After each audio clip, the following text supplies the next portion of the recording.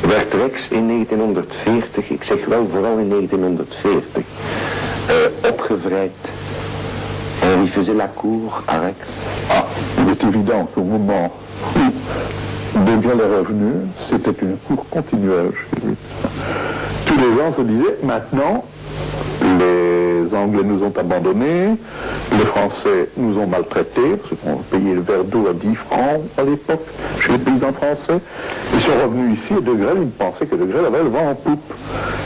Et que c'était l'homme qui allait pouvoir discuter avec les Allemands, avoir une influence auprès des Allemands.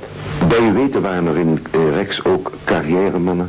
Oui, il y a des gens certainement qui n'ont cru qu'à Rex, ils pouvaient faire leur carrière, ou bien parce qu'ils n'avaient pas été capables de la faire ailleurs, c'est possible. Certains intrigants qui se sont dit, ça c'est le bon piédestal, c'est là que je serais bien, pas le piédestal, mais le tremplin, de me lancer dans la vie politique. Ouais. Et qui s'en sont servis, qui ont essayé de s'en servir comme tremplin. Là, ça ne marche pas. De Grelle ne veut pas se mettre à la remorque de membres de l'ancien personnel politique. En mi-40, il envisage, mais c'est lui qui l'envisage, un triumvirat. De Grelle, Romsey, De Man.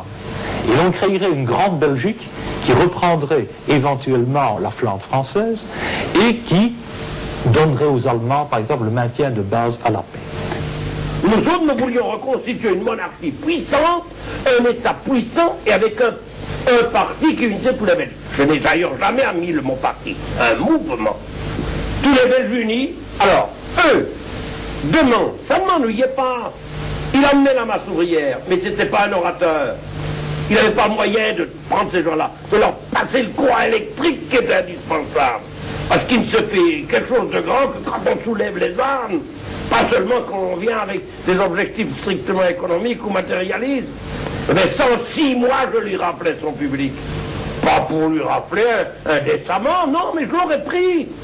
Et tous les jours à la radio, mais je transformais la Belgique en quelques mois, donc ça ne me gênait pas. Mais c'est pour ça que je voulais ajouter aussi Romsey.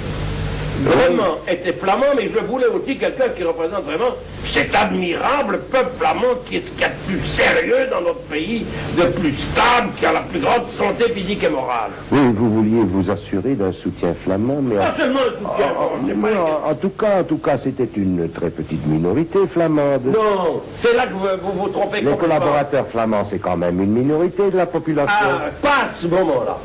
Et vous étiez à ce moment-là un enfant, ou un petit garçon. À ce moment-là, il y avait un courant populaire, mais fantastique, dans le sens des fascismes. Et en Flandre, le Parti nationaliste flamand représentait, qu'on le veuille ou qu'on ne le veuille pas, cette grande tendance. Il y a eu pendant quelques mois une euphorie national-socialiste flamand. Et ils avaient ramené les prisonniers, ils avaient le vent en poupe et ils avaient les Allemands derrière eux. Et parmi tout ça, un élément raisonnable, c'était Romsey. Il y en avait d'autres d'ailleurs, comme M. Borgino, comme M. Van Dieren. Il y avait des gens très très bien dans le mouvement flamand. Des gens remarquables, d'honnêtes gens, des gens propres. Et moi je voulais que ces gens fassent avec nous ces grands Pays-Bas communs. Parce que c'est ça qui me réunissait avec les Flamands, bien plus que les Tacropions de 1930, 1830. Mais plutôt sous votre direction. Ah oui, ça. Moi, j'ai toujours voulu être le patron. C'est ça. Mais parce que j'aurais représenté les intérêts de la Flandre aussi bien que n'importe quel Flamand. Vous voulez l'égalité. Peut-être mieux. Vous voulez l'égalité entre Flamands et Wallons, mais sous votre direction. C'est ça.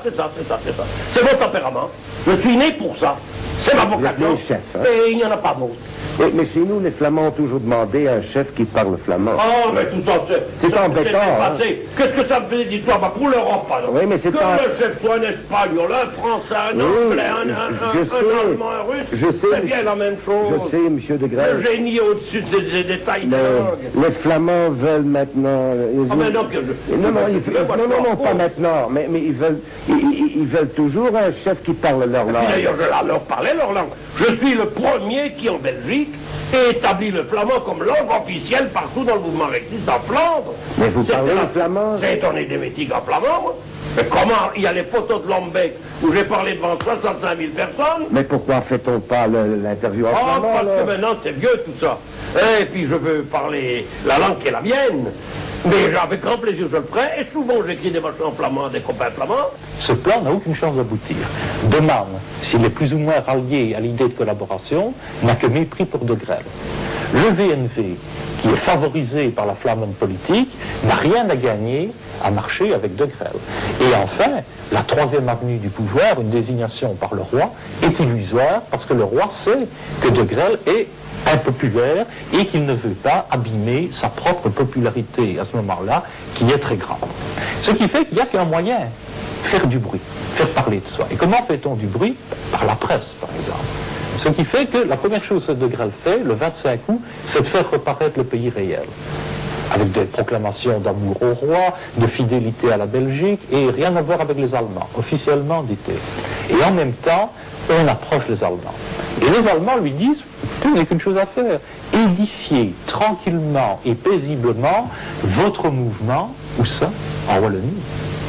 Donc, De Grelle ne peut s'occuper que des Wallons. La Flandre est une chasse gardée, VNV, à ce moment-là, aux yeux de l'administration militaire. Si ce Troisième Reich avait vu en Léon de Grelle l'homme indispensable, immédiat, le collaborateur très immédiat, l'homme qui éventuellement aurait été l'homme qui les aurait aidés avant, tout ça a été dit, attention, eh bien on n'aurait pas attendu le mois d'août pour le ramener et on n'aurait pas occupé sa maison. Quand vous pensez que la Luftwaffe occupait sa maison de la Drée de Lorraine et qu'il a dû se réfugier à la famille en rentrant chez lui, il n'y a même pas un ordre d'évacuation de la maison. Donc De Grelle, arrivant en Belgique, quasi incognito, en fin juillet, c'est ça?